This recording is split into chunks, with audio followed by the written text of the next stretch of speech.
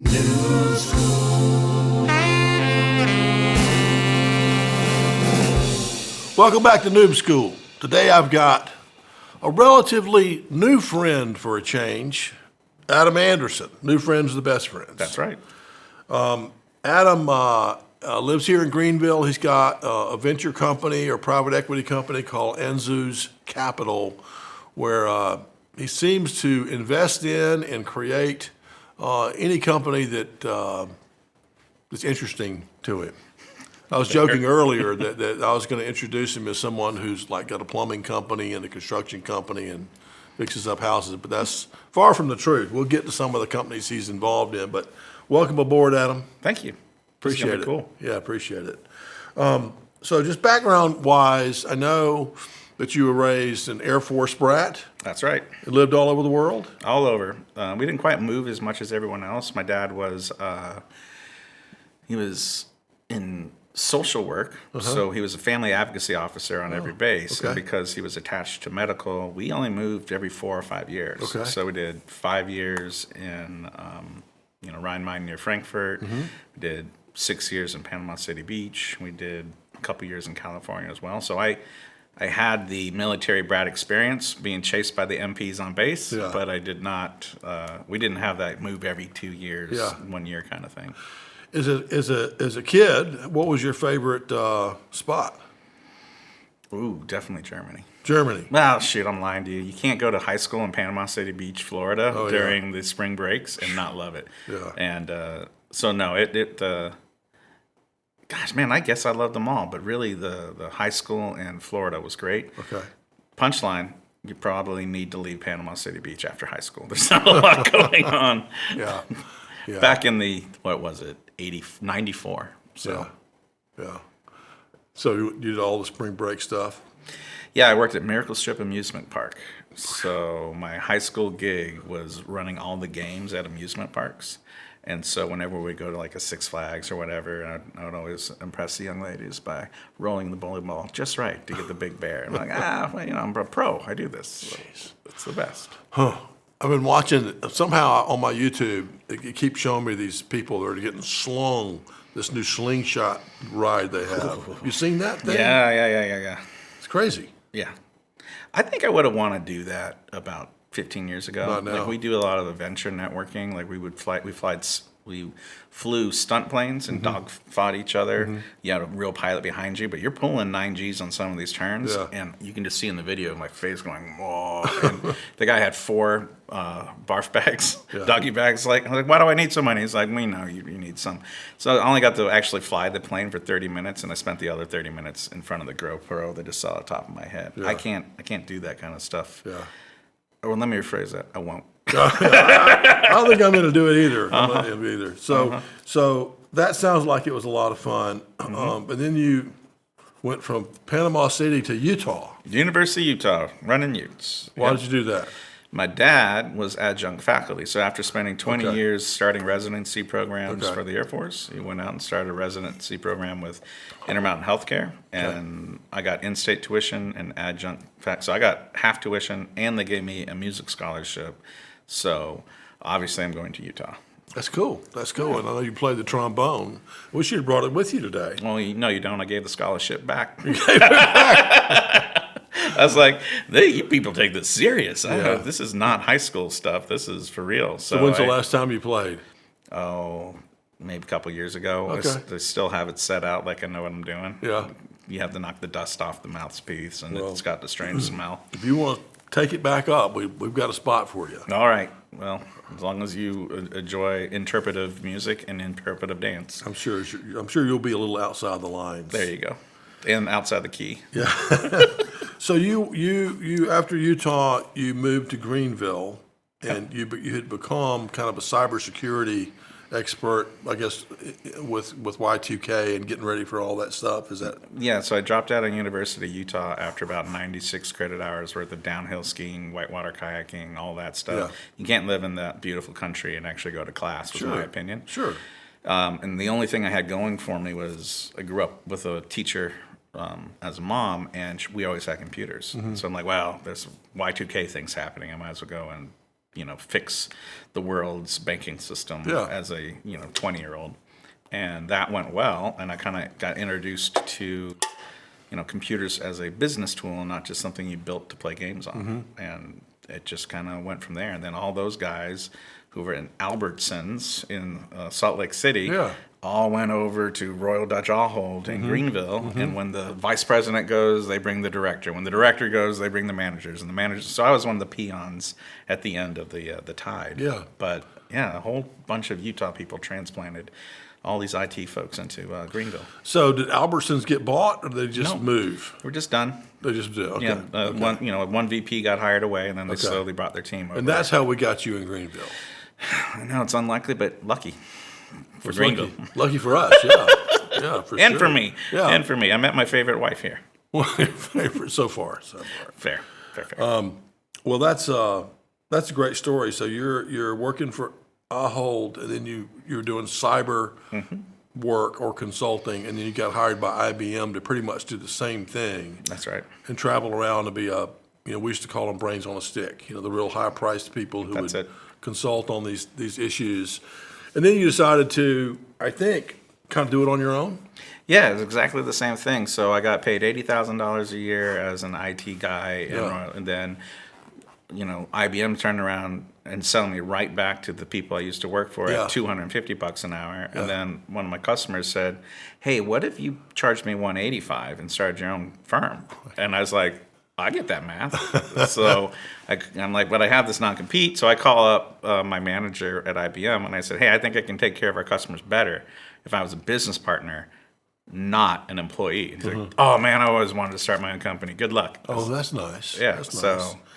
nice. Well, let's stop there for a second. Sure. This is your venture in doing your own thing, and it kind of happened. I'm sure they liked you. You were doing a good job, and someone just noticed you. But had you had any would you consider yourself a salesperson at that point? I was always the class clown. I was always an extreme extrovert, and so one of my superpowers was always a fearless ability to talk to people. And so while most, the joke is that an extrovert nerd will look at your shoes, not his shoes, right? So I was able to actually have eye contact and talk to girls. So they were like, "Oh, this guy probably should do some sales." Yeah. And so what I found was interesting is that doing pre-sales work as a technology person. So at the end of my time with IBM, they would bring me along with the sales guys to talk shop with the nerds. But that was your secondary. Your primary was to sell to the buyers and the budget holders by giving them confidence that the product does what it says it's going to do. Right. So, but I never knew I was doing sales. I was just, flubbing through it. Yeah. Okay, but then once you got your business, besides that one customer, I mean, how many hours did they give you a week when that started? They filled it all the way up. Okay, so you were full. And then immediately 3 weeks later, they said, "Hey, we got more work." So I had to hire 3 more people. Okay. But I didn't think I was going to be in business long, so I called them my monkey minions because the work they could do, a monkey could do by banging on a keyboard. Okay. And they just keep at. So by the time it was done, I had 25 employees at that one customer. So sometimes I tell people I didn't have a company, I had a client. And I brought that up to about $3.5 million in revenue, 20 plus consultants, and I was working 0 hours at that time. And the primary issue I had is I could never escape that customer. And the punchline is I would spend around $300,000, $400,000 a year to try to fix sales. I didn't understand customer acquisition. Wow, really? Yeah, I would hire people who said they knew what they did. We did Sandler, we did all this stuff. Yeah. But I didn't understand funnel of, do you have qualified? I hired a guy from IBM, and he closed a $480 million deal at Bank of America. And I was like, that guy's my boy. Yeah. So I hired him up, and his first thing he asked me is, "Where's my leads?" I said, "Oh, dude."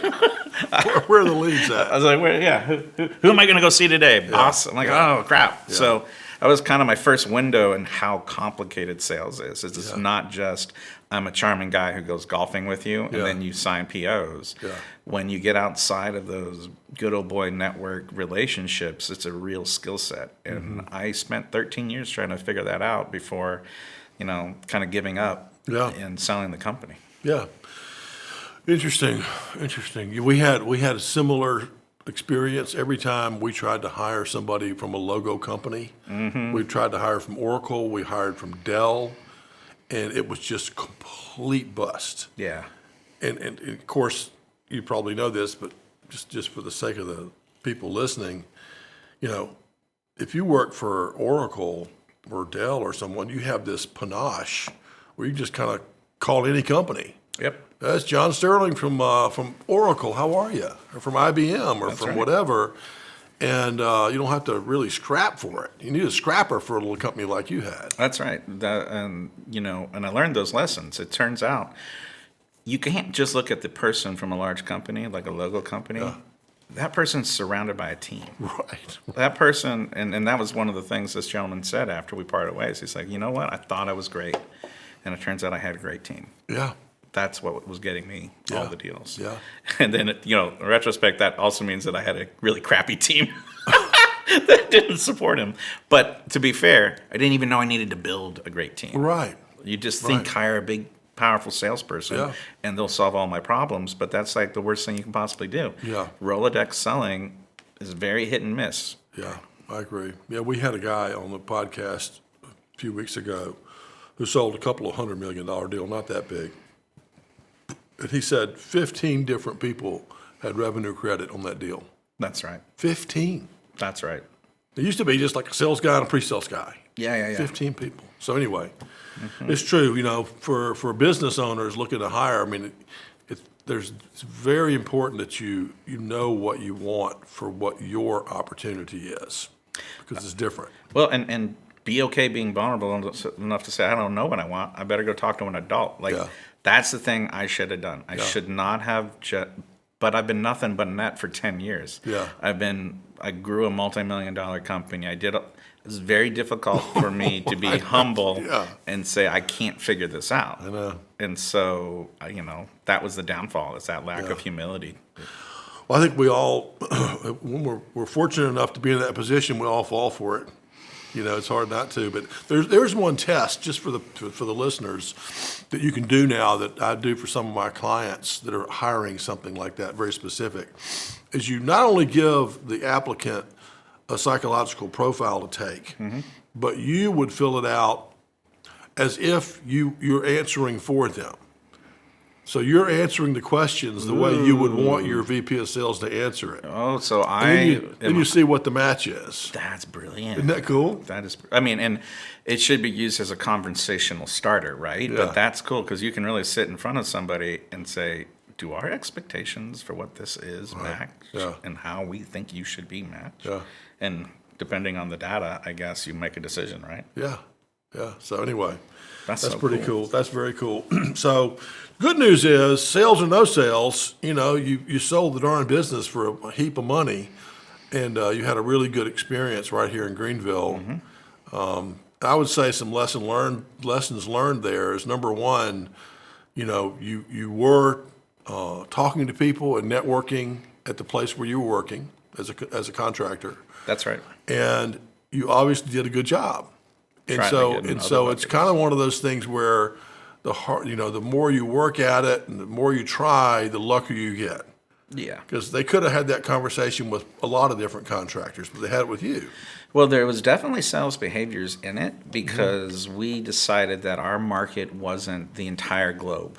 We decided our market was a global company. Yeah. And at the time, it was a $60 billion company with a $250 million a year annual spend with IT. Yeah. And ours was a $9 million budget inside of that that other people were hunting for. So when we got really narrowed in on our ideal customer, we realized that we had to get really good at selling to that core customer, but then everybody else's budget. So what we basically turned every department and every line of business in this giant enterprise into its own standalone customer that needed its own prospecting, that needed its own relationship building, that needed all that. And so we got really good at account management, and that's what grew the company. Good. Well, so you took that that victory and lessons learned, and you rolled it into your own private equity company. venture company called Ansuz, and what's the genesis of that name? So Ansuz is the Norse rune for Odin and also for the letter A. And so it stands for wisdom, intelligence, and all these things that I thought a cybersecurity investment firm would want to be. It's like, how do we see things, and then how do we act wisely about them? Okay. And it's also, I got a tattoo, so I needed to justify that. It says Ansuz on it, or is it? No, it's in Norse runes. So the word Anderson, which is my last name in tattoos, starts with the Ansuz rune. And I was like, that's cool. I'll just go with that. And also, I like a name that's hard to spell and pronounce. Are you Nordic? Yeah, descendant that way. Yeah. From what area? Norway? Norway. Yeah, I think so. Is that what Nordic means? I thought, would that No, be any it's like of the Scandinavian, any northern. of those? Okay. Yeah. I read the other day that the most happiest country in the world is Finland. That's right. It's because they kicked me out. Well, I got to go check it out. I do too. I've never been. Oh. The farthest north I've been is continental Europe and England. Well, we should take a business trip over there. Done. Let's do it. Let's go interview some happy people. Yes, we'll do the happiness project. That's it. Done and done. Okay, good. Well, that's not even the craziest thing you're going to hear from Adam No, but today. we did just announce a fundraiser for it. So Go fund me. Go fund us. That's right. Go fund the fund. Fund us. So, what kind of stuff are you looking for with your private equity company? So what I did is our first fund, I funded 100% for myself. Right, so I took the exit of the company and I put it in there, and then I made some bets and we invested in a couple of companies. And with those, they were really pet projects for me, which were helping me kind of figure out what my investment strategy was. And most of them were in some kind of disruption to education, because the number one thing I saw with cyber, after 23 years of doing this cyber arms race, no matter how big of a citadel we built around your company, someone would click on something they shouldn't and invite the bad guys in. And so I wanted to figure out, how do we create companies that build resilient humans so all of the stuff was around that. And what I realized is that that's great, but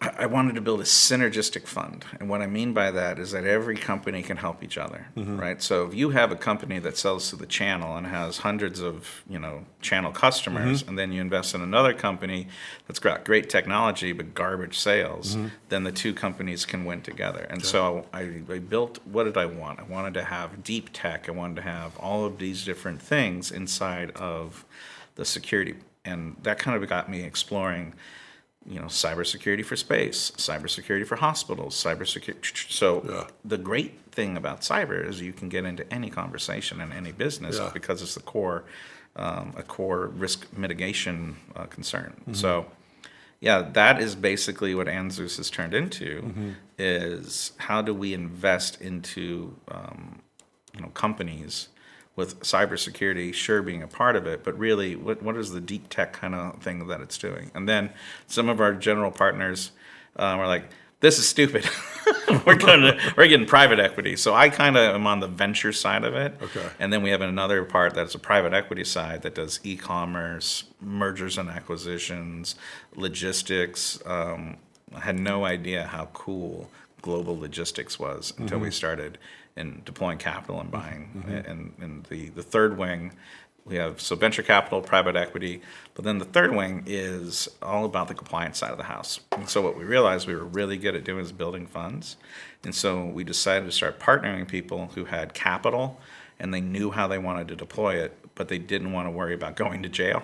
So we were a one-stop shop for, do you want to spin up your own fund? Do you want to do private equity? Do you want to do venture? Do you want to do SPVs? All that stuff? And do you not want to just click on a nameless website to start the whole thing up? And you want kind of some hand-holding. And so that's kind of what came out of the Ansuz Capital first fund that we built, was a couple of investments, exploring into e-commerce and e-commerce roll-ups, mergers and acquisitions, and then finally a consulting practice where we partner with a few individual key folks to say, we just an hourly rate's not what we're trying to do here. We want to build something that grows, and we want to partner. So we I think only take 2 or 3 customers a year. Well, how long have you had Ansuz? 2 years. 2 years, that's all? Okay. Yeah. And you've done so many different companies. I mean, just personally, I'm so curious, and I bet a lot of our listeners are too, is, the old philosophy, part of my head trash is, you come up, you start your business, or here's even worse. You know what you want to do. You go to college, you study that area, you go to a good company, you learn more about it. By the time you're 30, you're ready, you buy the business, you start the business. So you're always doing the same thing. And then for the next 30 years, you run the business, and then you sell it, and you make some money. That's certainly a playbook that's been used many times successfully in the past, but you're just blowing that out of the water with all these different things. So, for example, how do you get, when you start one of these things where people are going to pay you to develop funds for them. Mm-hmm. Who's selling that? Who's actually doing the work? Because you're not going to have time to do all these things. No, we that's why we only could take so many. Okay. Like we have to take limited partners because it's a boutique type consulting service, mm-hmm. right? Everything is highly curated, and so it's a trust-based sale. Mm-hmm. We have not had a customer. It's not a one-call close, I'll put it that way. Mm-hmm. And it's usually about 12 to 18 months of relationship building mm-hmm. before we even get to the $25K upfront fee to do the assessment and all the stuff. Because it's, when people are launching funds and when people are thinking about what they're trying to do, they typically, when they have the capital to do it mm-hmm. and they have the thing they want to do, often, if they haven't already done it, and they need us, it's because there's some head trash. There's some hesitancy to activating. Yeah. And so a lot of what we do in our relationship building is help normalize being unokay, right? And so, and I do some of that because usually we go to events and we meet people, or we do retreats and we hang out with people, and we monetize that. But as far as the core business goes, we don't deploy a lot of human resources. Mm-hmm. What we deploy is, can we help you build a better strategy? Can we fast track some of the compliance stuff and mm-hmm. make it even better? And so it's one of the things I like. You called it the brain on the stick, right? Yeah. We do the high-end fun consulting to help with all the stuff. And so how are they finding you? Well, that's the problem, isn't it? Since it's the relationship-based building crap, uh-huh. that's what we call it, you're going to events. Okay. There's no direct prospecting. Okay. I found it's very difficult to get someone to call you back when you say, hey, I hear you're rich, mm-hmm. and a lot of people want to give you money, and you've got these great ideas. Mm-hmm. Usually what happens is you're sitting there talking to somebody, and they start dreaming out loud with you. Mm-hmm. And so for our sales efforts, how do we build the trust where someone's willing to dream out loud? Okay. That's good. Dreaming out loud, it's a good phrase anyway. I like that. And so the first time I knew about you was when my son started working, his company, CloudHound, started working as a partner with Hooked. Yep. And that was one of your invested companies, right? Yep. Actually, that's one of the ones So I practice something called parallelpreneurship. Mm-hmm. So we've all heard serial entrepreneur. Mm-hmm. I build a company, sell the company, build a something. I'm like, I can't. That's too slow. I like to build a lot of companies. Mm-hmm. And then I like to find the kind of human being who can run them, and each company mm-hmm. requires a different kind of human. Mm-hmm. And then off they go. So I usually do the first 6 months worth of work where we do product market fit, we figure out how to sell it, we figure out why they're buying, figure out the product, and then we bring in somebody who is a true visionary and a true operator to take it to the next level. And that's what happened with Hook. So Hook Security started because I was angry at the rest of the cybersecurity world. I was going to do it different. Mm-hmm. And I knew what kind of problem I want to overcome, and they were sales problems. So Palmetto Security Group was a professional services company with really, really smart consultants. And I only had 2 problems. I either had too many consultants and not enough work, or too much work and not enough consultants. Right. And I couldn't scale. Yeah. And so I was like, well, I never want to do that again. Let's do a software as a service company that has a really easy to understand pain, training your customers, training your employees, and better yet, if you don't, then you're breaking compliance, like you're bad. Ooh, you have to fix that. Mm-hmm. and I could sell it without having to hire an army of salespeople. I wanted to sell through the channel, and I wanted to sell, zero interaction if at all possible. Frictionless selling. Yeah. I can buy online without talking to a salesperson. But I couldn't start there. I had to start the old-fashioned way. So I'm owner. I started. Badge number 1 was Brad Powell, cold calling monster. He would Citadel grad. Citadel grad. You got so he would. He's probably how John got connected. Brad probably called him. Yeah. This guy was fearless, right? So when I cold call, the joke was you better have some scotch nearby because to get my mind right and to do the thing. No, when he's sad, he makes cold calls. When he's happy, he makes cold calls. Yeah. When he had a free minute, he makes a cold call. Yeah. It's a different game for that mindset. And so I love the idea. I like that you can find the right person for the right place and how they're wired. Yeah. And he is wired to do brute force sales. Let me rephrase that. Brute force prospecting. He's not afraid of the word no. He doesn't hide behind, I'm going to create a sales funnel online, and then I'm going to have pre-qualifications, and I should hire somebody else to do that, so I only talk to people who want to talk to me. He's like, nope, we need to learn things. So that was our first 6 months, is him getting told no, and then him being brave enough to ask, well, why did you tell me no? So we can collect objections, and we can figure out what our sales pitch was, and all the things. So to me, it's like, I'll never build a business again that doesn't have a bulldog salesperson at the front of it to go and learn what we don't know. It's almost like a cheaper, faster way to do market research. Right.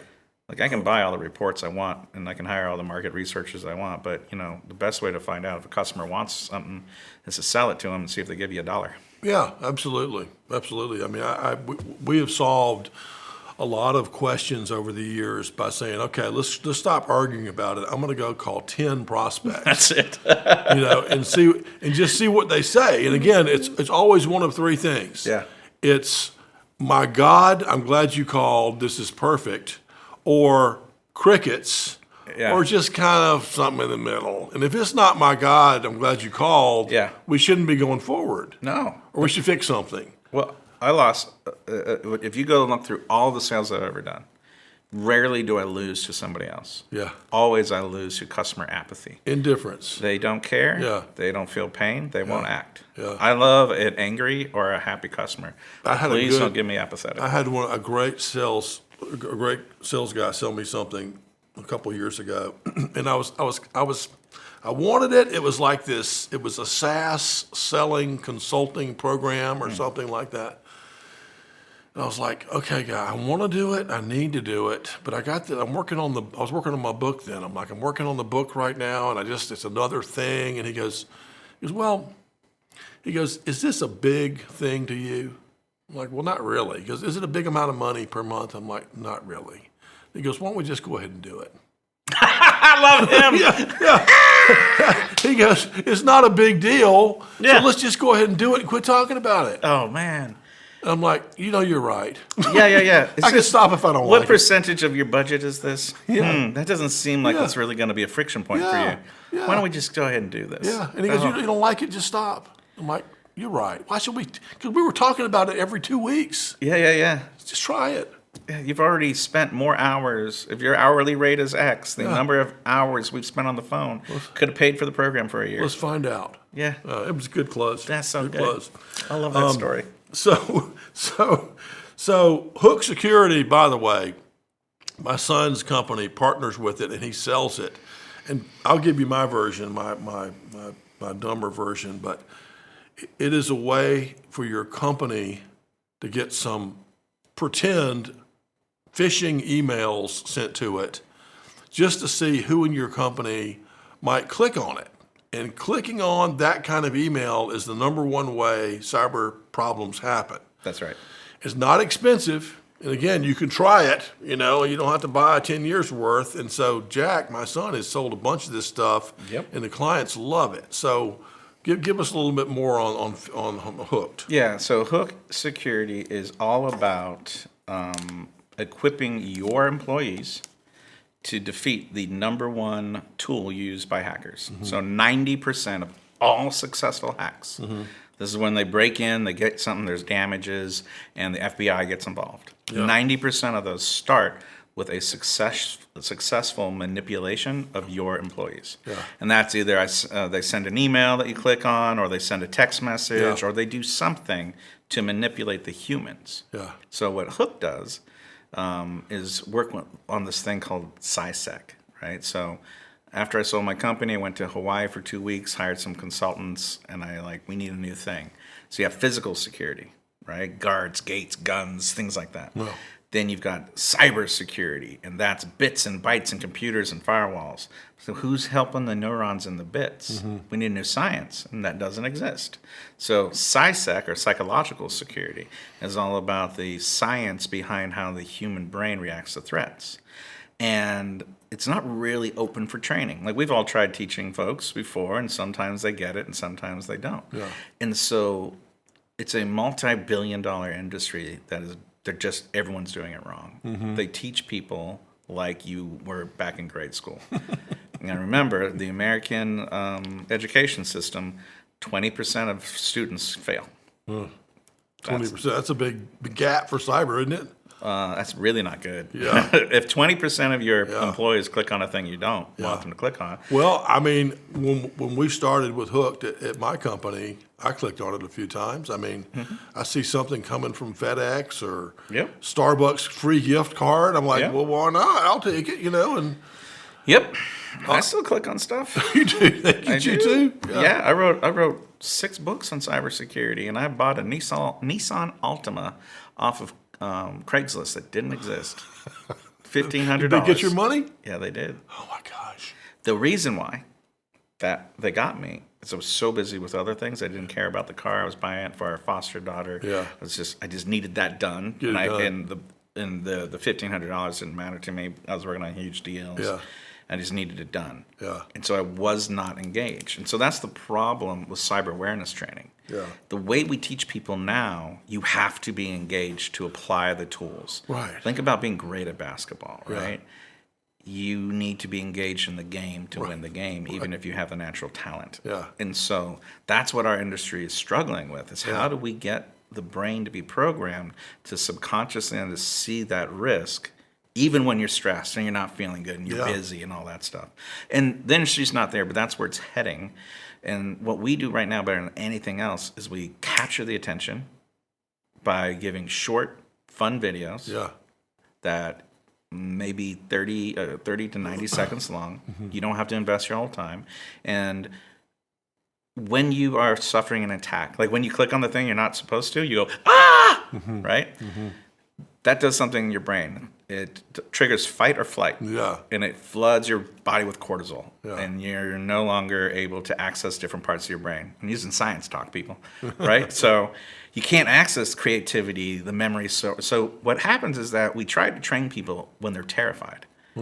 That doesn't work. So the first thing you have to do before you can train somebody to understand some trauma or something that just happened that triggered that cortisol is you need to drip some dopamine into the brain and have the cortisol no longer, be the dominating factor of it all.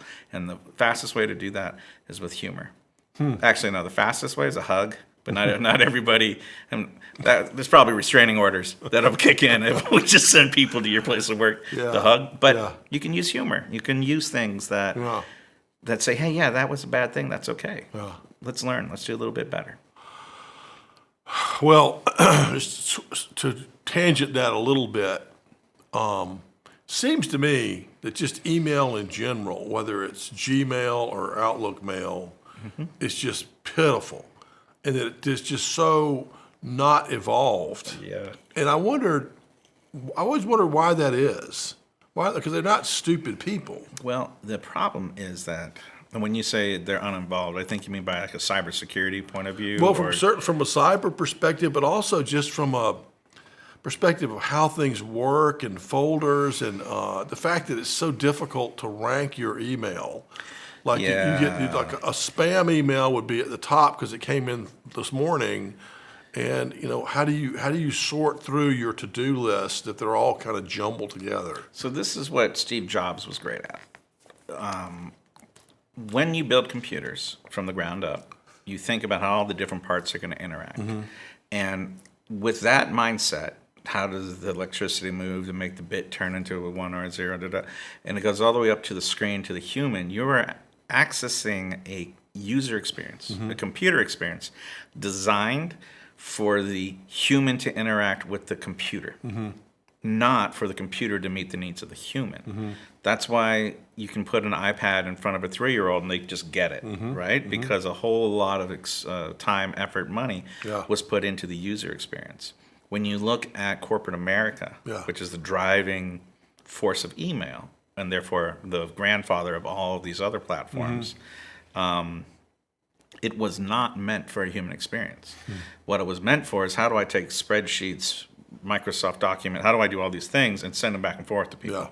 That was the problem they were solving, not an intuitive. So it's backwards. It's backwards. And we have what I call operational debt. Operational debt is an inefficient business process or system that you've been doing so long that you just say, okay, we're going to do it. Just leave it the way it is. It's just the way it is.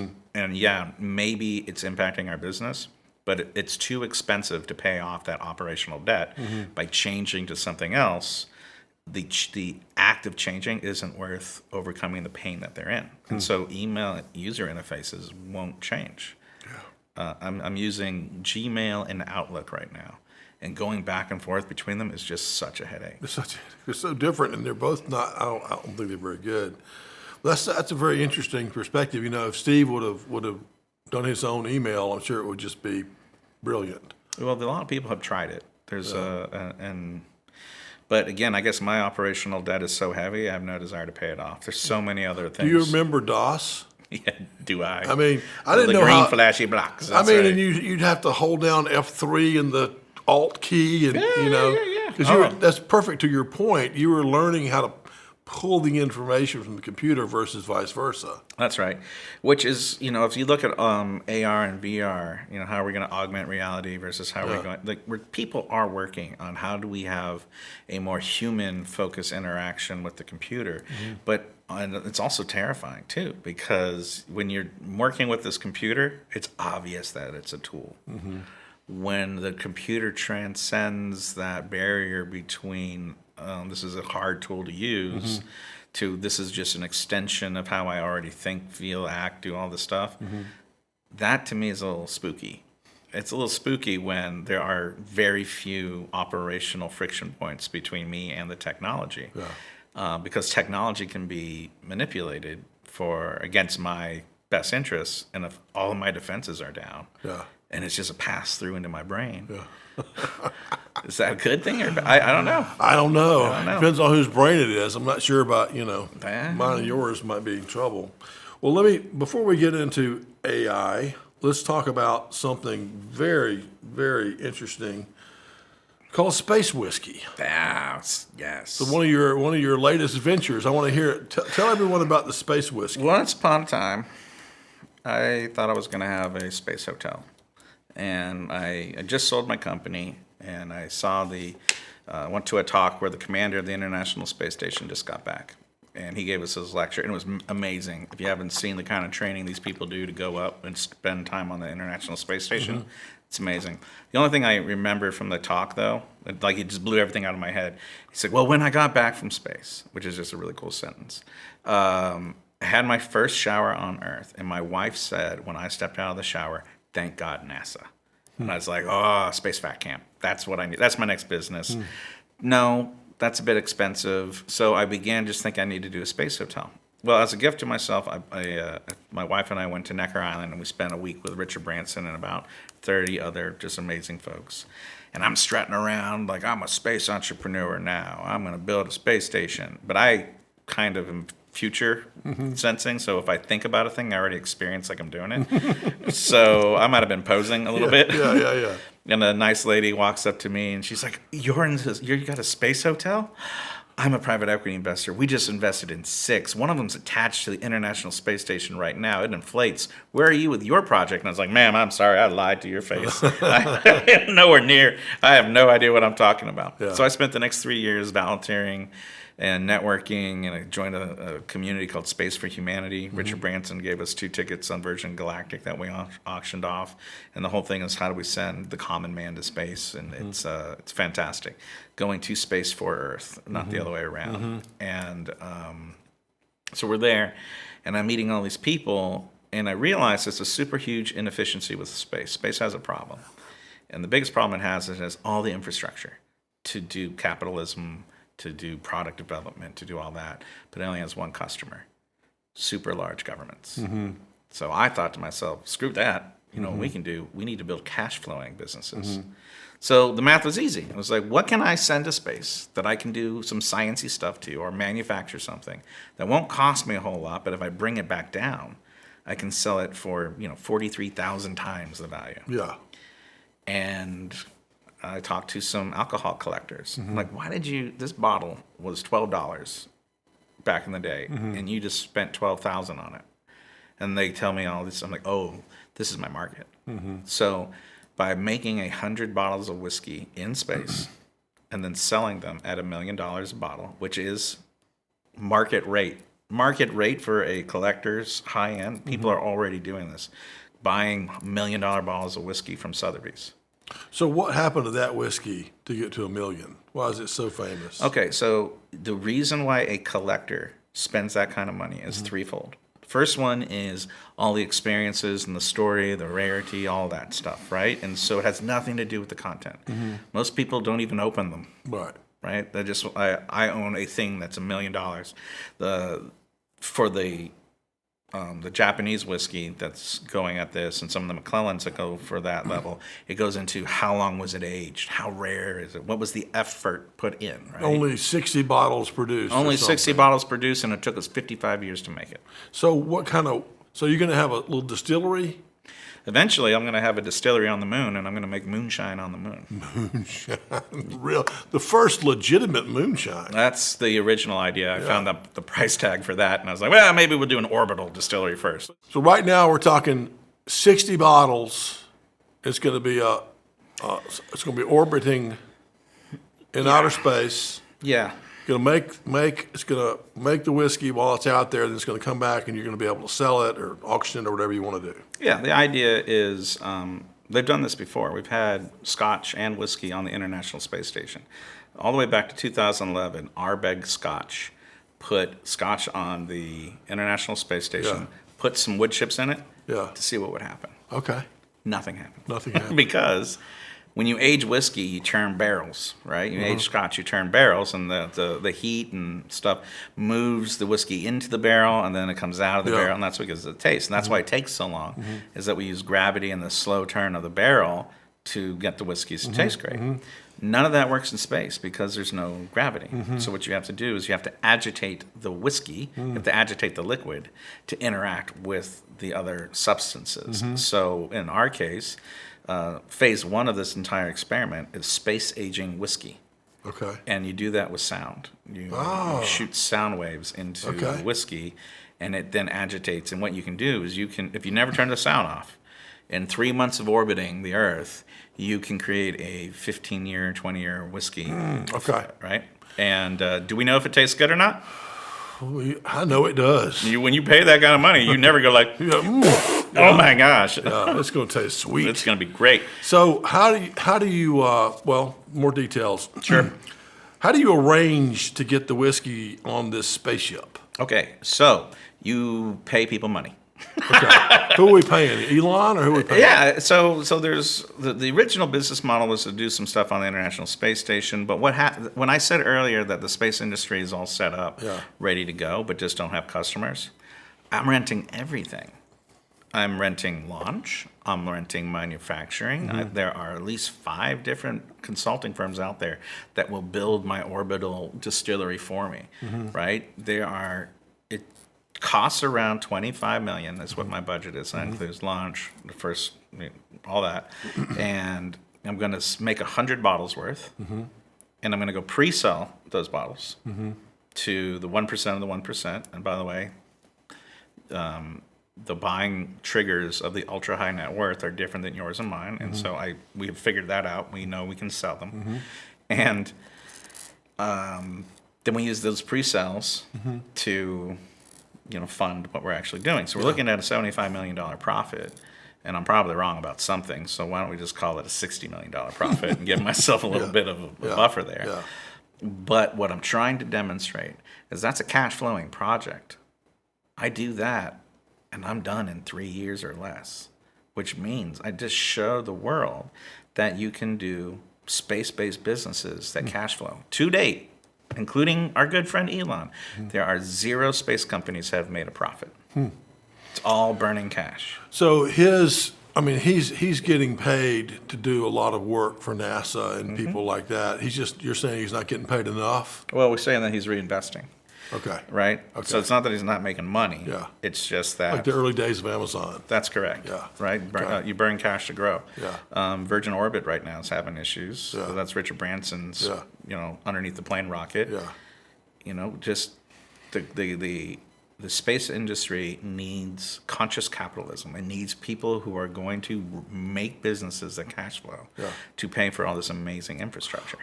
Elon's also kind of shown the way on getting those deposits like you're talking about, or pre-selling. Think about pre-ordering a Tesla. Yeah.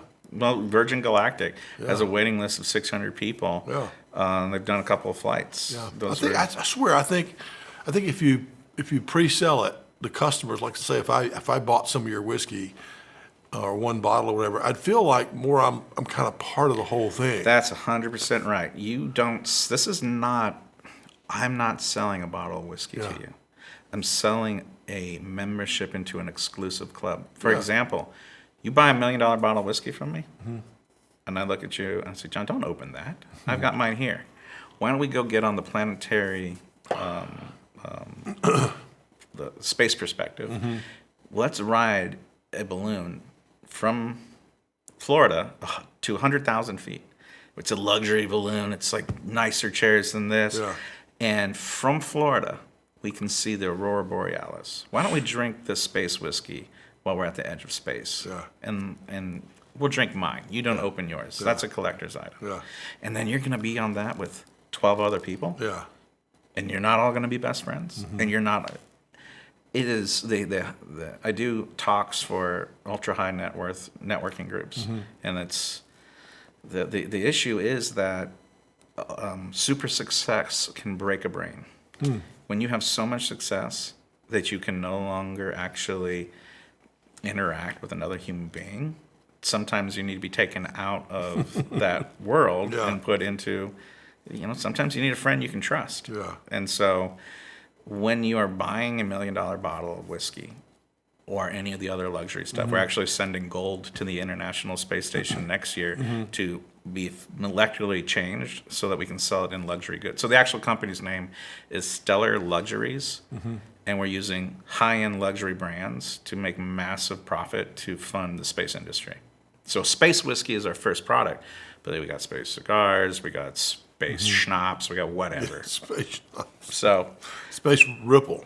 there it is. Yeah. Space. We keep trying to do space weed, but it's still illegal. Is it really? Yeah. Outer space? Yeah. Well, so I thought Elon was in charge out there. So there's a company out there called Space Tango, and it's out of Kentucky, and they grew hemp in the International Space Station, and they brought it back down, and they planted it in this greenhouse, and then the pesticide system malfunctioned and sprayed way too much stuff. Oh no! And they had a control group. They had non-space weed, non-space hemp, and space hemp, and about 3 weeks later, all the stuff that didn't go to space died. The hypothesis, and we got to run thousands of more tests to figure out if they're right. The hypothesis is that if you grow something from a seed and it's subjected to the radiation and the zero gravity and all this trauma, that it creates a stronger plant. So I need to sell whiskey so I can fund how do we manufacture important things. Space whiskey is not important because we're making whiskey. Space whiskey is important because then I can take the money that we make, I can take hundreds of millions of dollars and put it into a fund. Remember how much I love funds? Put it into a fund, and I can invest in companies that need to do slow capital type deals. Like There's fast capital and slow capital. Fast capital is like I buy a house and it kicks off cash flow and it's rental money, right? And then I can sell it 3 years later and I flip it. That's fast capital. Slow capital is space. I put money in and I might get money out 20 years later. And so the idea here is that there's not an appetite for funding slow capital things, such as can you 3D print a heart? Can you use zero gravity to do really amazing things? Yeah. So my hypothesis is if I build enough of these fast capital, cash flowing, super profitable companies, I can invest in making the world a better place by going after an asteroid. How cool would the world be if we didn't have to do strip mining? By the way, the strip miners also don't want that. My buddy Chris, he had a company that was doing asteroid mining, raised $55 million. 2018, I'll say cratered. And but it was funded from the miners, the mining cooperatives, because they understand that there's more minerals in our asteroid belt that we can get to than the entire crust of the Earth that we can get to. One asteroid, the right asteroid, is more than our Earth's crust. It's crazy. So we've covered your expertise in cyber, your expertise or burgeoning expertise in space, and that's not even how I met you. I met you at a he was putting on a artificial intelligence seminar. Man, I sound good. That I went to. It's like we got our own little Elon right here in Greenville, for God's sakes. Elon wishes he was Adam. That's right, he does. There it is. He'd like to be younger, like you are. That's for sure. I fell on his brother during a zero-G flight once. Did you really? Yeah, that's a different time, a different story. I was going after a jelly bean, and I didn't trust him when they said the gravity was coming back, and I fell 6 feet onto poor Kimball's legs. Anyway. Well, anyway, so I went to this seminar. My son Jack suggested I go to with him, and was obviously blown away with what Adam knows about artificial intelligence, and specifically we were looking at Chat GPT. And I think you taught me how to write a book while I was during the seminar, which is pretty cool. But yeah, let's get your take on chat and what people, particularly salespeople, should be thinking about using chat for, or at least being aware of what's capable. Yeah, so I love Chat GPT because Microsoft is calling this kind of technology a co-pilot, meaning that it doesn't take away what you know how to do and doesn't take away the human, but it makes it easier, right? Right now, I couldn't picture going through the world without being able to Google something. And that's what AI is becoming.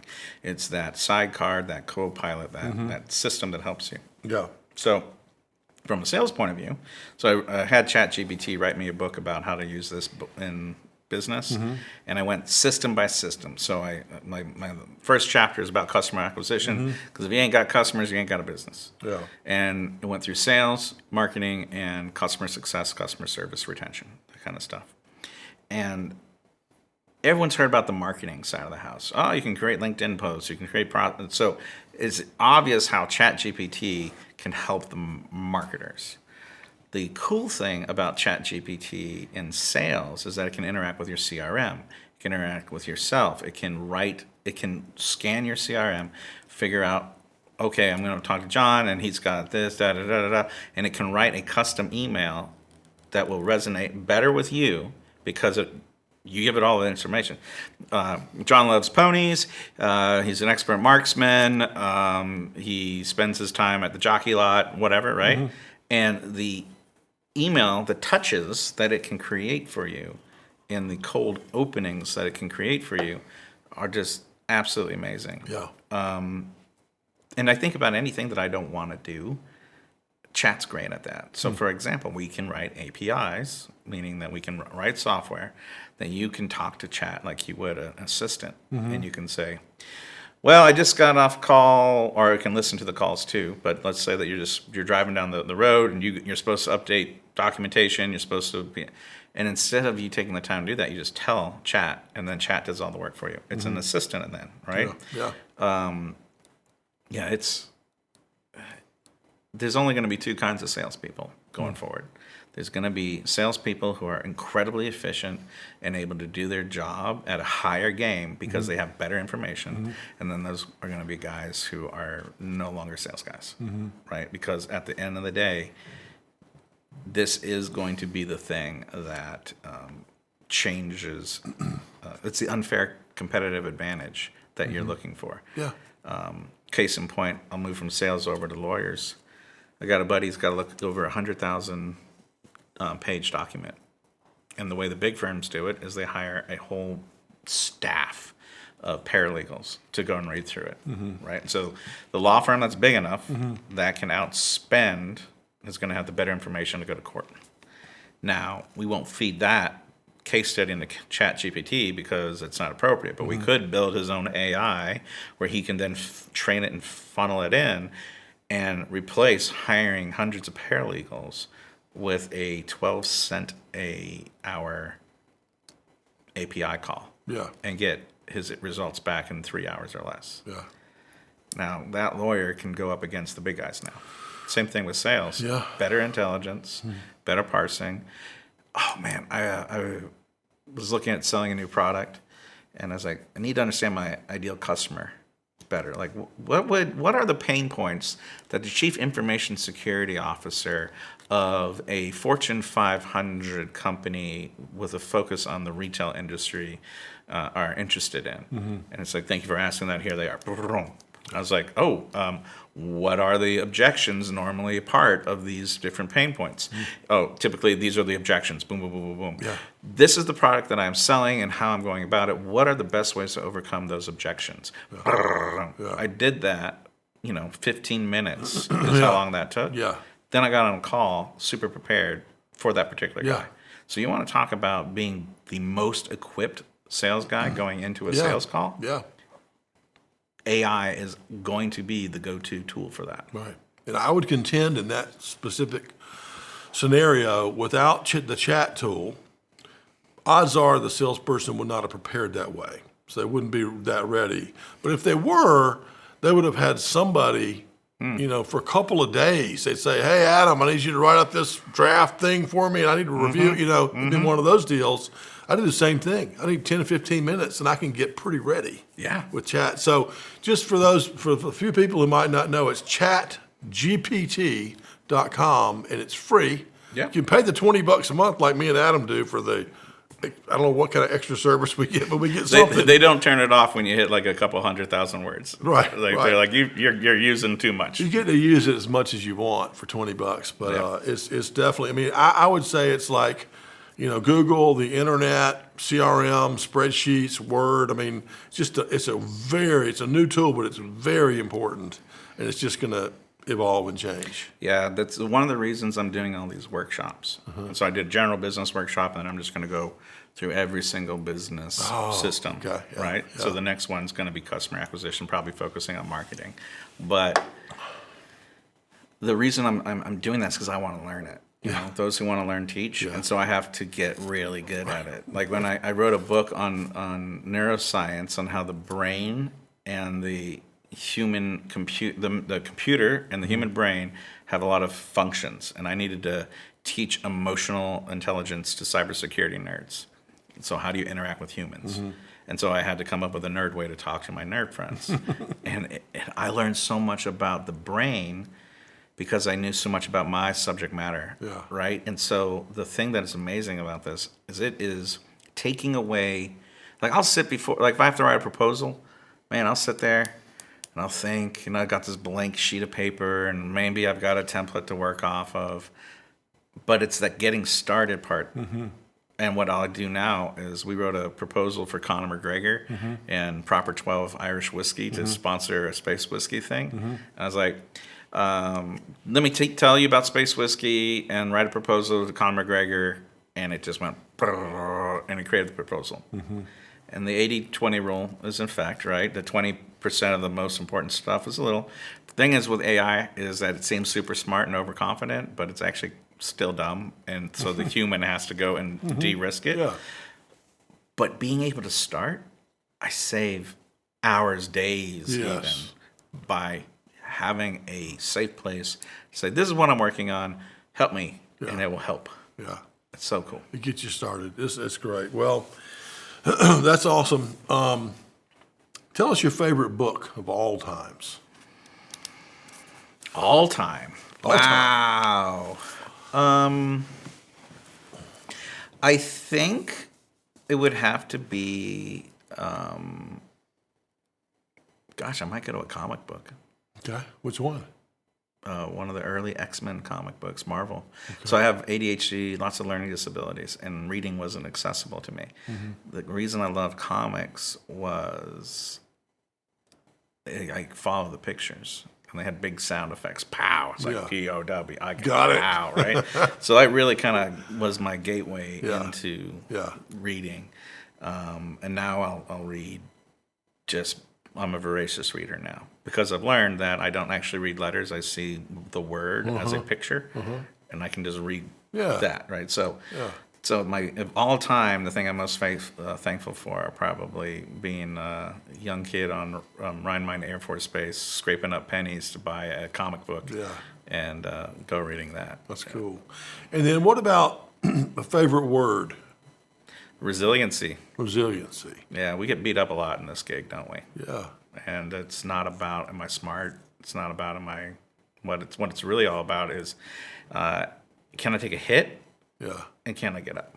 Yeah. And am I smart enough to surround myself with people who will help me when I'm and just to I mean, I tell people, when something happens that's not what you want, let's say, it's just to say, well, I expected that. I mean, would we expect everything to go right all the time? We expected something like that to happen. Someone quit or the roof fell off the building or something, something. And we're just going to have to figure out how we just keep going. Yeah. And I don't know if you can teach that. I think you can guide that. Yeah. But telling someone it's going to be okay isn't as good as them going through the fire and coming out the other side and saw that it was okay. Yeah. Yeah, we're all burned a little bit. It's okay. That's a good word. And then lastly, is there anything of all these different ventures that you want to promote today? Yeah. We are currently raising money for Space Whiskey. Okay. So if anybody wants to explore, you have to be an accredited investor. Okay. Right? It's not a crowdfunding thing, but we did all of our securities right, so I can talk about it publicly. Yeah. It's if you want to invest into this amazingly interesting, crazy opportunity, I can onboard that. How would they contact you or the company? No, they call you. They call me. Call me. No, I'm now a broker for this. That's right. He's taking some off the top. You would go to stellarluxuries.com. Okay. And there's a contact us there. Stellarluxuries.com. Okay. Yeah. By the way, ChatGPT named that.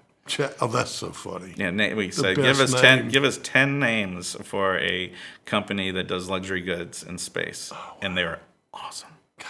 Everything on that website, stellarluxuries.com, written by AI, all the images created by AI, the video explaining what we do, the voice is AI. The only human interaction was me moving things around on the website. We even said, how should we build the website and what pages do we need? You should open with many, many visually stunning things. And it was like, dang, this is great. It's amazing. So if you want to see AI and at its finest, it's. Oh, we showed you the website, didn't we? Yes. Yeah. It's interesting. Yeah. So that's my ask is. We're interviewing investors because this is an interesting thing. This isn't somebody who's like, I'm going to make a whole bunch of money. Yes, you will. You will make, I can't say that because of securities. It's guaranteed. It's guaranteed. There's a possibility. No, you can't do that. But the right investor is somebody who understands that, we're building a community of super high net worth customers and they're on board with supporting doing good in the world and think that space is the way to do it. So I got a lot of other companies that are much easier to get your arms around, but I think that this one's probably the most important thing that I'm working on right now. Well, we're glad you carved out some time for us this afternoon. Thank you. We appreciate you very much, and keep doing what you're doing. Back at you. This is important stuff. All right, man. Thank you. Thank you. Appreciate it.